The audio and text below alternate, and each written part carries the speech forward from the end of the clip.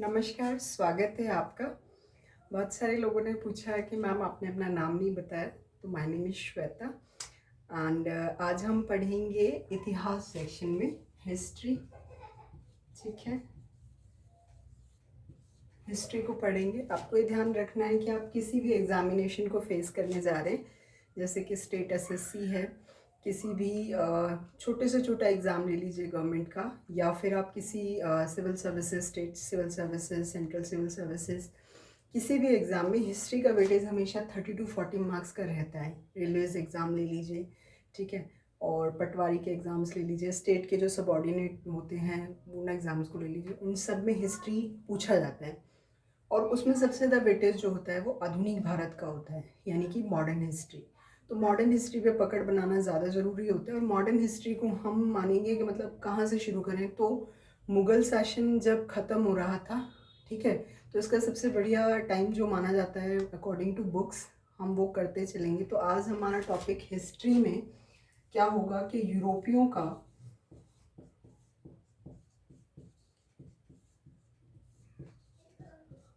भारत में आगमन। ठीक है, ठीक है। अब हमको इसको समझने से पहले क्या समझना जरूरी है कि भारत, यूरोप और भारत की स्थिति क्या है। तो अगर आप मैप पे देखें, मैं आपको एक बार मैप पे डिनोट करूंगी, ठीक है। अब थोड़ा सा समझने की कोशिश कीजिए। आपका जो वर्ल्ड मैप है, वर्ल्ड मैप में एशिया कॉन्टिनेंट को हम शेयर कर रहे हैं, ठीक है। तो जो यूरोपियन पार्ट है, अफ्रीका के जस्ट ऊपर और रशिया का थोड़ा सा पार्ट, जहाँ इंग्लैंड, ठीक है, स्पेन, पुर्तगाल, ये सारी कंट्रीज जो ये ऊपर का पार्ट है, ठीक है, ये वाला जो पार्ट है ये यूरोप है, where I circle, okay. And ये इंडिया है, ये अफ्रीका कॉन्टिनेंट हो गया, ठीक है, ये अमेरिका नॉर्थ और ये साउथ, दिस इज ऑस्ट्रेलिया, ठीक है। एंड इट्स एशिया का पार्ट रशिया, चाइना वगैरह उधर हो गए। तो अभी हमें पढ़ना है कि यूरोपियन, क्योंकि जिस टाइम में यहाँ मुगल शासन चल रहा था, यानी हम मिडाइवल में थे, वहाँ पे आधुनिक भारत का पुनर्जागरण हो चुका था, वहाँ रेनेसां की शुरुआत हो चुकी थी, और इटली वगैरह में जो है पुनर्जागरण अपने आप के चरम उस पर था, ठीक है। तो वहाँ पे हमसे पहले जो है पुनर्जागरण काल आया, उसके बहुत सारे कारण थे, हम बाद में पढ़ेंगे। पर अभी हमें समझना है कि इसकी लोकेशन क्या है। तो आप सभी लोग जानते होंगे, यूरोप आपका ऊपर का पार्ट है, इंडिया। अब एक चीज़ हमें समझनी है कि बहुत सारी बुक्स में और हमेशा ये कहा जाता है कि यूरोप में से जो है वास्को डिगामा एक व्यक्ति रहे हैं, बहुत बच्चे बच्चे को इनका नाम जहाँ तक है कि मुझे पता होगा। तो वास्को डिगामा ने भारत की खोज की। वास्को डिगामा थे कहाँ से, तो वो पुर्तगाल से थे, ठीक है। आप स्पेन, फ्रांस, ठीक है, इसके पास देखिए पुर्तगाल आपको यहाँ पर मिलेगा, ठीक है। यूनाइटेड किंगडम ये रहा, फ्रांस, ठीक है, और ये स्पेनिश हो गया। इसके बिल्कुल पास में, स्पेन के बिल्कुल बगल में छोटी सी कंट्री है, स्पेन के बिल्कुल बगल में पुर्तगाल।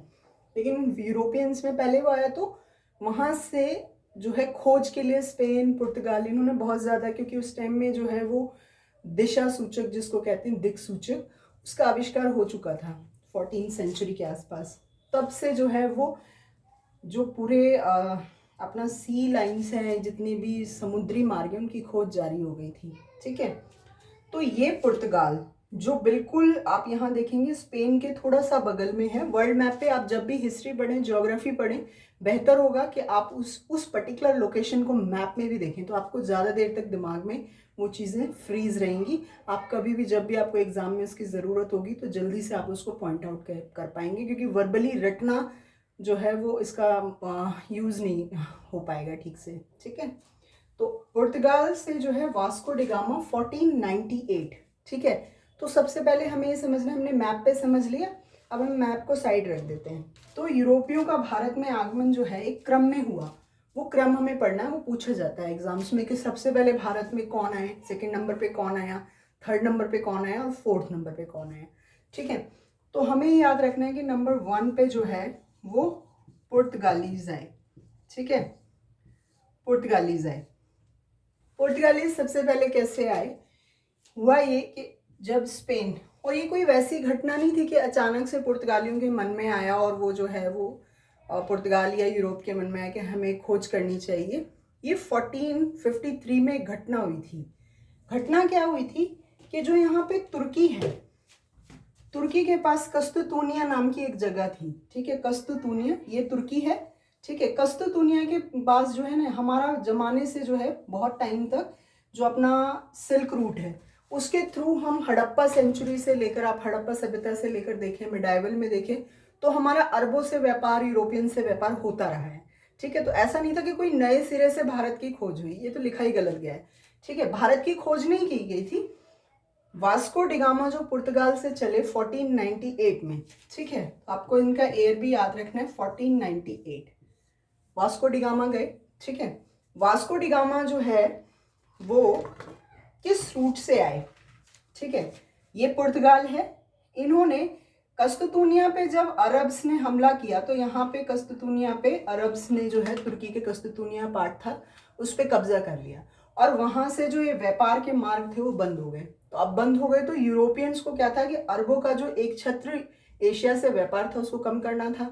उसके लिए ये किसी तरीके से भी तुर्की से, उस टाइम तुर्की पावर में था, तो तुर्की से और जो है अरब कंट्रीज अदर जो है उनसे ये कोई दुश्मनी मोल नहीं लेना चाहते थे, कोई वॉर नहीं चाहते थे कि इनके कॉन्फ्लिक्ट्स हों। तो इन्होंने क्या किया कि ये कस्तूनिया पे कब्जा हो गया, कस्तूनिया पे, तो वहां से इन्होंने पुर्तगाल से जो है या स्पेन से जो नागरिक आए वो पूरे यहाँ से ये अपना पूरा अफ्रीका होते हुए साउथ अफ्रीका डन करके यहाँ से ये इंडिया के केरल में पहुंचे, कोचीन जगह जो है, ठीक है। वहां पे उस टाइम राजा जो हिंदू राजा थे, जेमोरियन की उपाधि थी उनके पास, वहां उन्होंने उनका जोरदार स्वागत किया।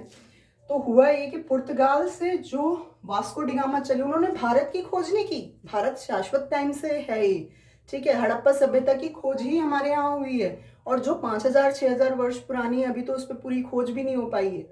उसके जो ज्ञात सूत्र हैं उसके हिसाब से 5-7 हजार साल पुरानी सभ्यता है। तो भारत की खोज उन्होंने नहीं की, भारत तो ऑलरेडी तक खोजा, तो उसको जाता है जो चीज नहीं है या जो चीज गुम गई है, भारत तो वही था। उन्होंने एक ऑल्टरनेटिव रूट खोजा।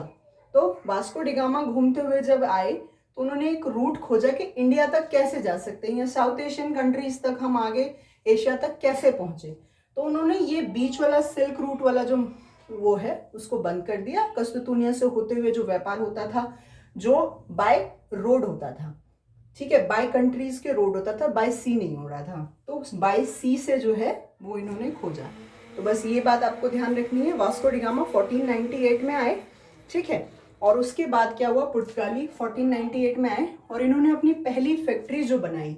इसके बाद इनके वायसराय जब पहली बार वास्को डिगामा वापस गए, अपना जो है सारा इन्होंने व्यापार किया, मसाले यहाँ से लिए और कुछ ही रत्न लिए, ठीक है, कुछ कपड़े लिए। तो यहाँ पे जब ये आए तो ऑलरेडी जो व्यापार कर रहे थे इंटर, उनका विरोध हुआ, क्योंकि उस टाइम में शासकों से विरोध हुआ कि भाई वहाँ के लोग अगर व्यापार करेंगे तो कुछ ऐसा इशू हुआ इंटरनल और आउटर, तो ये वापस चले गए 1500 में, ठीक है। और जब ये वापस गए और जो सामान ये लेके गए थे तो इनका पूरा खर्चा निकाल के जो इनका ट्रैवलिंग कॉस्ट हुआ, ये आए गए, जितना इन्होंने खर्चा किया उसका 60 गुना, यानी कि 60 गुना दाम में जो है वो सामान वहां बिका। तो ये बहुत फायदे में थे, ठीक है। इसको देखकर वहां की गवर्नमेंट और वहां के व्यापारियों में और जिज्ञासा जागी कि हमें वहां से आके व्यापार करना चाहिए। तो यही सब कारण रहे। आपको मेनली पढ़ना ये है, इसमें से जो क्वेश्चंस ज़्यादातर आते हैं कि कब आए, तो पुर्तगाली इंडिया में जो एंट्री यूरोपियंस की है वो पुर्तगाल के थ्रू है 1498, और इन्होंने अपनी पहली फैक्ट्री जो बनाई वो 1502 में कोचीन में ही बनाई, ठीक है, 1502 में 1502 में स्टार्टिंग है, सर 1503 में कोचीन में बनाई, आप कह सकते हैं इसको, ठीक है। उसके बाद पुर्तगालीज के बाद इसमें अल्मीरा, द अल्बर्ग, सब लोग आए। अल्मीरा ने जो है ब्लू वाटर नीति, अल्बर्ग ने जो है गोवा पे अधिकार किया। और आपको ये ध्यान रखना है कि पुर्तगाली सबसे पहले आए, ठीक है। दमन एंड द्वीप, इंडिया के मैप पे मैं आपको दिखाऊंगी वो दमन एंड द्वीप, प्लस दमन एंड द्वीप इंडिया का मैप में आपको शो कर पाऊँ तो ज़्यादा बेटर होगा। Okay, let me show you. नहीं यार, डिटैच नहीं हो पाएगा। Okay, no ways. आपको सिर्फ ये ध्यान रखना है कि जो दमन एंड दीव वाला पार्ट है ये यहाँ पे और गोवा के पास, ठीक है, इंडिया के मैप पे आप देख लीजिएगा, वो पुर्तगाल के अधीन रहा बहुत टाइम तक, ठीक है, बहुत टाइम तक क्या, 1961 में जो है एंडली गोवा से वो गए, तो मतलब सबसे पहले आए और गोवा में सबसे लास्ट में अपना गोवा और दमन द्वीप को उन्होंने छोड़ा, ठीक है। उसके बाद हम आएंगे पुर्तगालीज के बाद जो है वो डच आते हैं। डच जो नीदरलैंड के डच, आप नीदरलैंड के नाम से भी जाना जाता है इनको, तो डच आए। डच जो है 1596 में आए, ये भी व्यापार के लिए आए, 1596 में आए, ठीक है। तो ये थोड़ा थोड़ा अगर आप ईयर याद कर लें तो ज़्यादा बेटर होगा, ठीक है। और इन्होंने सबसे पहली फैक्ट्री जो है वो जो है 1608 में 1602 में मुसलीपट्टम में खोली, 1602 में मुसलीपट्टम, ठीक है, मुसलीपट्टम में खोली 1602 में। तो आप ये करते, डच हो गया, पुर्तगाली, डच, इसके बाद आए ब्रिटिशर्स, ठीक है।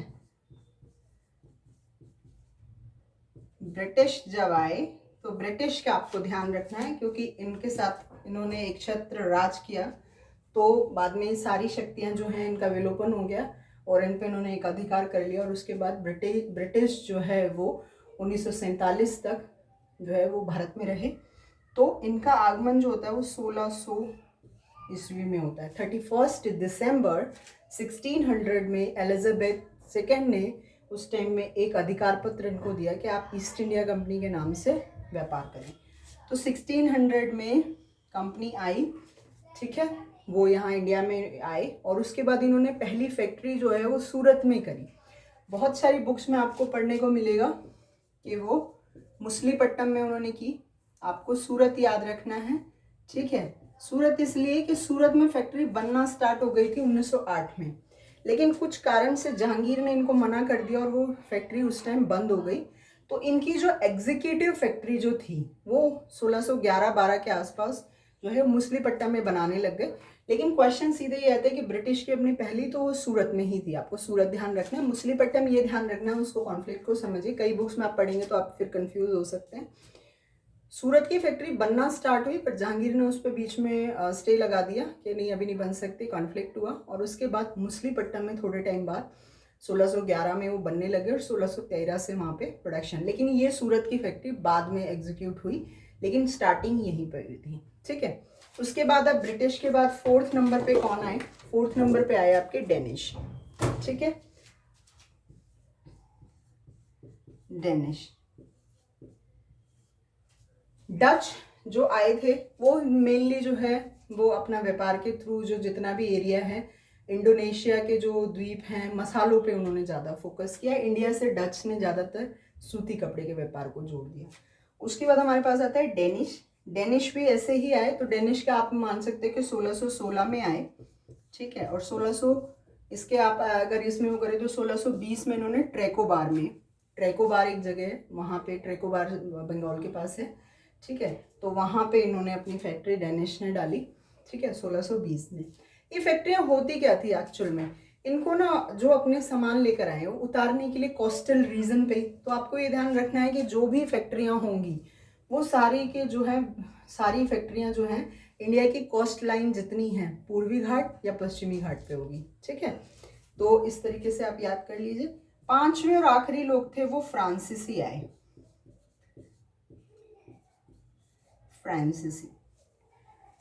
फ्रांसीसी आए, सबसे लास्ट में आए थे, ठीक है, और सबसे लास्ट में यहाँ से गए क्योंकि पौंडीचेरी जो था इनके अंडर बहुत टाइम तक रहा, चंद्रनगर और पौंडीचेरी इनके पास रहा।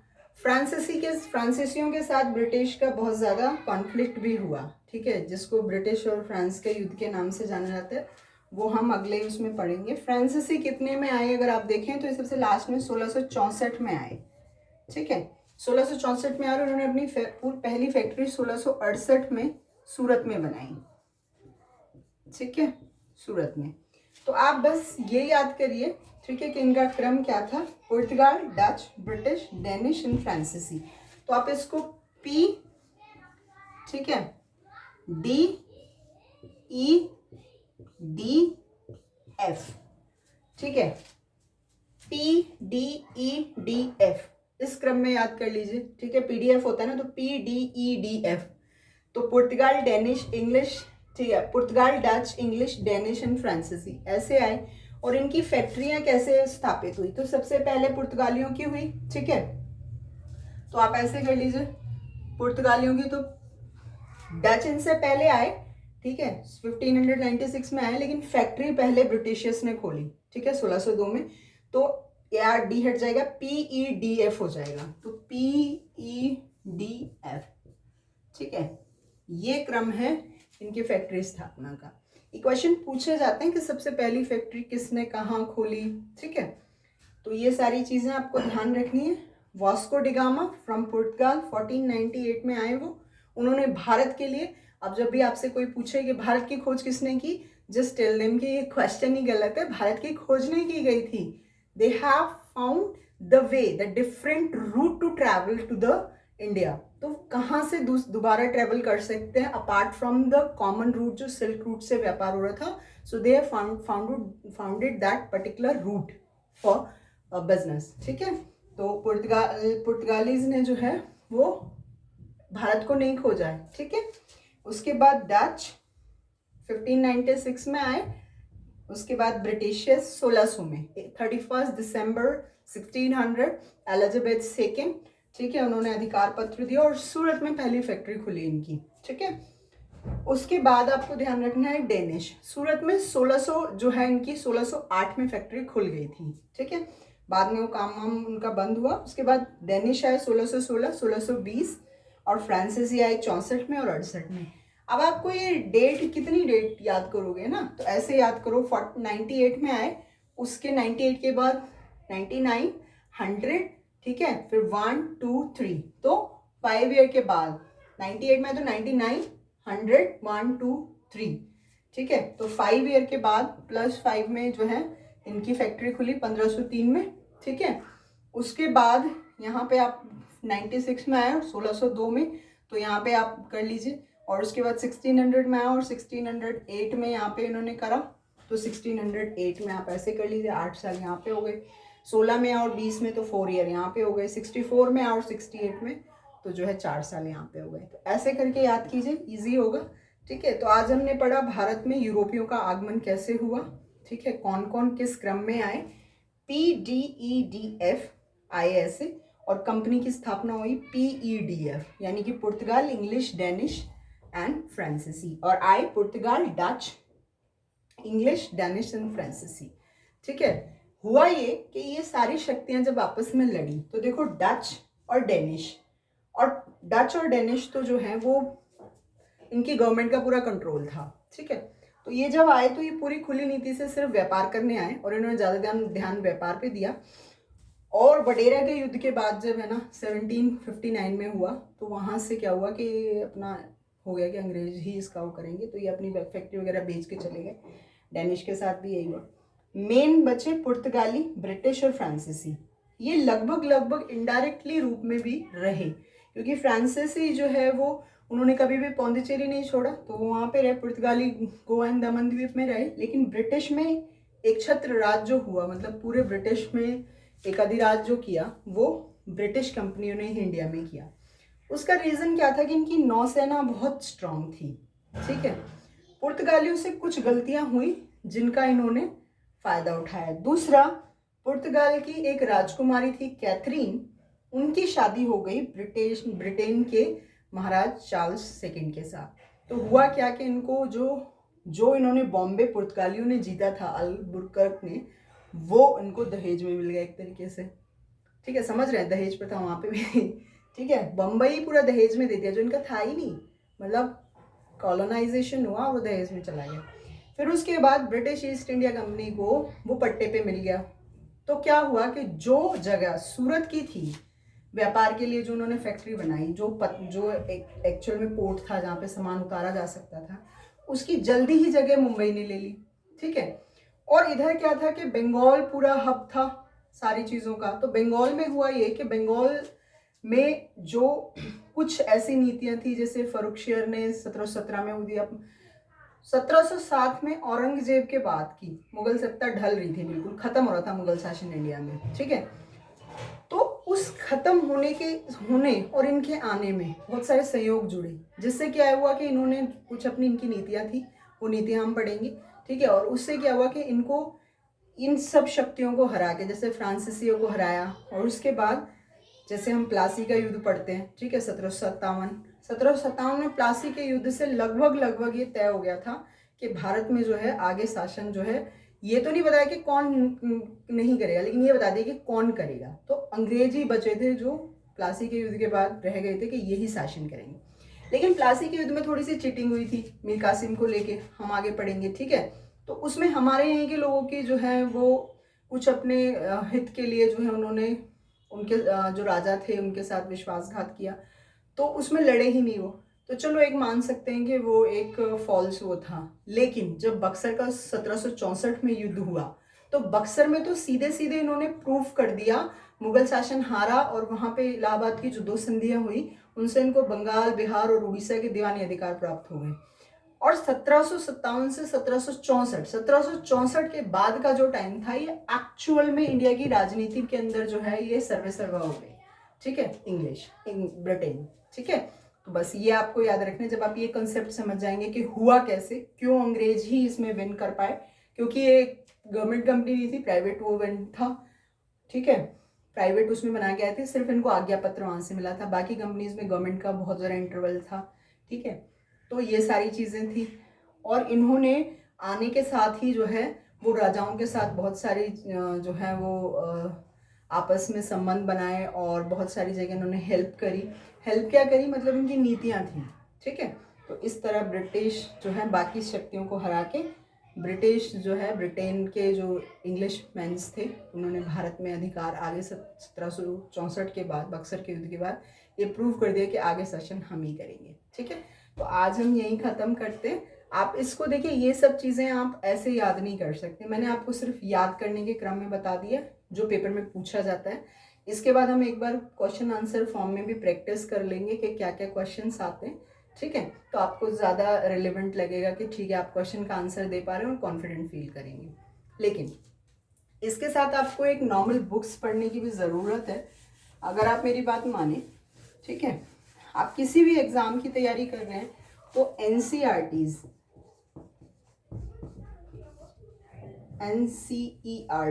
ठीक है, ये सबसे मेन सोर्स होना चाहिए आपका बेसिक क्लियर करने के लिए, ठीक है। तो आप ये पढ़िए, इसमें आप 6 to 12 ले सकते हैं, 6-7 का तो आपको क्लियर ही होगा, अगर आप लें तो 11-12 का NCERT पढ़िए धीरे धीरे। और जहाँ आपको प्रॉब्लम होती है आप मुझे कमेंट कीजिए कि आपको इन चीज़ों में प्रॉब्लम है, क्योंकि सिर्फ ये देखकर आप इसको याद नहीं रख सकते, आपको बुक से पढ़िए, प्लस ये देखिए 1-2 बार जब आप इसको रिवाइंड करके देखेंगे, 2-3 बार जब देख लेंगे, तो आप इन सभी क्वेश्चंस का आंसर करने के लिए एलिजिबल हो जाएंगे, आप कर पाएंगे, ठीक है। तो हम जल्दी दोबारा मिलेंगे और आगे हम पढ़ेंगे कि इन कंपनियों के साथ कैसे कैसे कॉन्फ्लिक्ट किस किस का हुआ जिससे क्वेश्चन बनते हैं, ठीक है। और आधुनिक भारत हम ज़्यादा से ज़्यादा जो है वो 15-20 डेज में ख़त्म कर देंगे, क्योंकि एग्जाम्स आर अप्रोचिंग, तो आप उसका रिवीजन करते रहिए, आपकी रिवीजन इसके साथ होती रहेगी, ठीक है। तो all right, have a great day ahead, और पढ़ते रहिए आप इन चीज़ों को और रिवाइज करते रहिए। Bye bye.